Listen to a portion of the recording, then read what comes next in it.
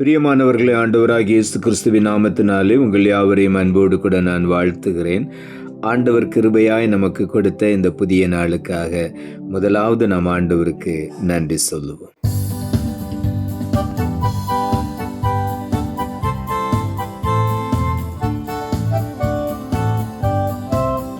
ஜீவ நம்பிக்கை நல்க இயேசு மரித்து எழுந்தார்.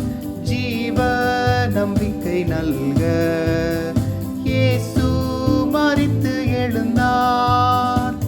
அழிந்திடாத உரிமை பெறவே மறு ஜென்மம் அடைய செய்தார். அழிந்திடாத உரிமை பெறவே மறு ஜென்மம் அடைய செய்தார். அரணும் கோட்டையும் பலனாய் காப்பவர், திடமாய் ஜெயித்திட எனது என்றென்றும் துணையே. இந்த நாளுக்கு இந்த ஆண்டவர் கொடுக்கிற ஒரு வார்த்தை 2 சாமுவேல் புஸ்தகம் 22 அதிகாரம் 33வது வசனம். 2 சாமுவேல் 22:33. தேவன் எனக்கு பலத்த அரணானவர், அவர் என் வழியை செவ்வை பண்ணுகிறவர். இந்த நாளில் ஆண்டுடைய வார்த்தை சொல்லுகிறது, தேவனாகிய கர்த்தர் நம் ஒவ்வொருவருக்கும் பலத்த அரணாய் இருக்கிறவர். இங்கே வார்த்தை சொல்லுகிறது, தேவன் எனக்கு பலத்த அரணானவர். நாம் ஒவ்வொருவரும் உரிமையாய் சொல்லுவோம், தேவன் எனக்கு பலத்த அரணாய் இருக்கிறார்.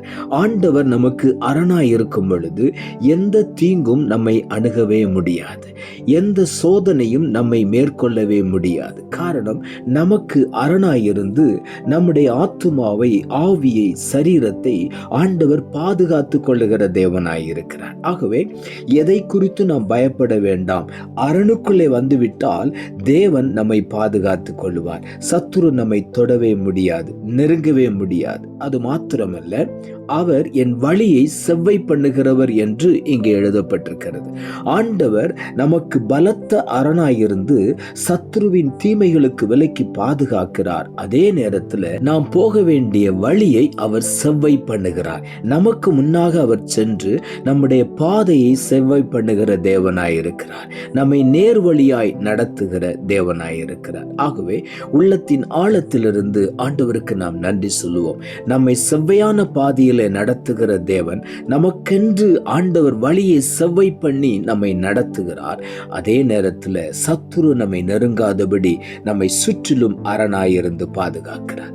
சங்கீதங்களின் புஸ்தகம் 28வது சங்கீதம் 8வது வசனம் சொல்லுகிறது, கர்த்தர் அவர்களுடைய பலன், அவரே தாம் அபிஷேகம் பண்ணினவனுக்கு அரணான அடைக்கலமானவர். கர்த்தர் நம்முடைய பலனாய் இருக்கிறது மாத்திரமல்ல, நம்மை அவர் அபிஷேகம் பண்ணி இருக்கிறபடியினாலே நமக்கு அவர் அரணான அடைக்கலமாயிருக்கிறார். அவருடைய அபிஷேகத்தை பெற்றுக்கொண்ட ஒவ்வொருவருக்கும் அவர் அரணான அடைக்கலமாயிருந்து பாதுகாக்கிற தேவனாயிருக்கிறார். சங்கீதங்களின் புஸ்தகம் 31ஆம் சங்கீதம் 2வது வசனம் சொல்லுகிறது, உமது செவியை எனக்கு சாய்த்து சீக்கிரமாய் என்னை தப்புவியும், நீர் எனக்கு பலத்த துருகமும் எனக்கு அடைக்கலமுமான அரணுமாய் இரும் என்று தாவீது எழுதுகிறார். உமது செவியை எனக்கு சாய்த்து என் கூப்பிடுதலுக்கு பதில் கொடுத்து சீக்கிரமாய் என்னை தப்புவியும் என்று தாவீது எழுதுகிறார். நீர் எனக்கு பலத்த துருகமும் எனக்கு அடைக்கலமான அரணுமாயிரும். ஆண்டவரை நோக்கி நாம் கூப்பிடும் பொழுது அவர் நமக்கு செவி கொடுத்து நம்மை தப்புவிக்கிற தேவன் மாத்திரமல்ல, நமக்கு பலத்த துருகமாய், நமக்கு அடைக்கலமாய் நம்மை பாதுகாக்கிற தேவனாயிருக்கிறார். சங்கீதங்களின் புஸ்தகம் 32வது சங்கீதம் 8வது வசனம் சொல்லுகிறது, நான் உனக்கு போதித்து நீ நடக்க வேண்டிய வழியை உனக்கு காட்டுவேன், உன்மேல் என் கண்ணை வைத்து உனக்கு ஆலோசனை சொல்லுவேன் என்று ஆண்டவர் வாக்கு பண்ணுகிறார். ஆண்டவர் நமக்கு போதித்து நடத்துகிற தேவனாயிருக்கிறார்.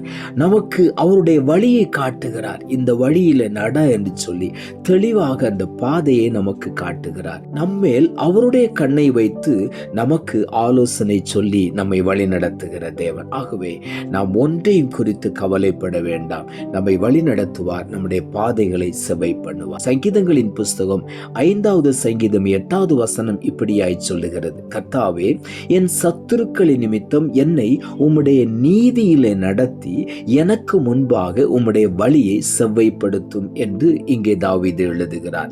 என் சத்துருக்களின் நிமித்தம் என்னை உம்முடைய நீதியிலே நடத்தும் என்று சொல்லி, எனக்கு முன்பாக உம்முடைய வழியை செவ்வைப்படுத்தி என்னை நடத்தும் என்று சொல்லி, ஒவ்வொரு நாளும் கர்த்தர் நம்மை செவ்வையான பாதையிலே நடத்துவார், நமக்கு அரணாயிருந்து பாதுகாப்பார். சங்கீதங்களின் புஸ்தகம் 143வது சங்கீதம் 8வது வசனம் இப்படியாய் சொல்லுகிறது, அதிகாலையில் உமது கிருபையை கேட்க பண்ணும், உம்மை நம்பி இருக்கிறேன், நான் நடக்க வேண்டிய வழியை எனக்கு காண்பியும் என்று இங்கே தாவீது எழுதுகிறார். அதிகாலையில் உமது கிருபையை கேட்க பண்ணும்.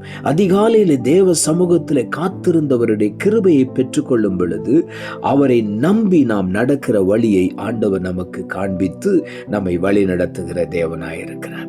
அவர் மேல் நம்பிக்கையா இருந்து அதிகாலையிலே அவருடைய சமூகத்தை தேடும் பொழுது நாம் நடக்க வேண்டிய வழியை அழகாக ஆண்டவர் காண்பித்து நம்மை செவ்வையான பாதையிலே வழி நடத்துவார். ஆகவே உள்ளத்தின் ஆழத்திலிருந்து ஆண்டவருக்கு நாம் நன்றி சொல்லுவோம், நாம் ஜெபிப்போம். அன்புள்ள ஆண்டவரே, கிருபையா நீர் கொடுத்த இந்த புதிய நாளுக்காய் மறுபடியும் எமக்கு நன்றி செலுத்துகிறோம். ஆண்டவர் கொடுத்த ஜீவனுள்ள வார்த்தைக்காக நன்றி. தேவன் எனக்கு பலத்த அரணானவர், அவர் என் வழியை செவ்வை பண்ணுகிறவர் என்ற வார்த்தையை கொடுத்தேன்.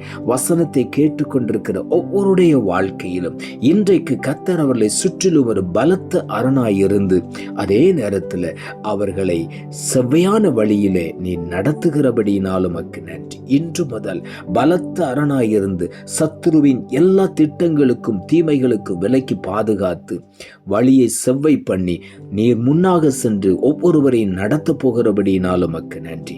மேன்மையான ஆசீர்வாதங்களை ஒவ்வொருவரும் சுதந்திரிக்க போகிறபடியினால் உமக்கு நன்றி. தாழ்த்துகிறோம். இரட்சகர் இயேசுவின் நாமத்தில் ஜெபிக்கிறோம் நல்ல பிதாவே, ஆமென்.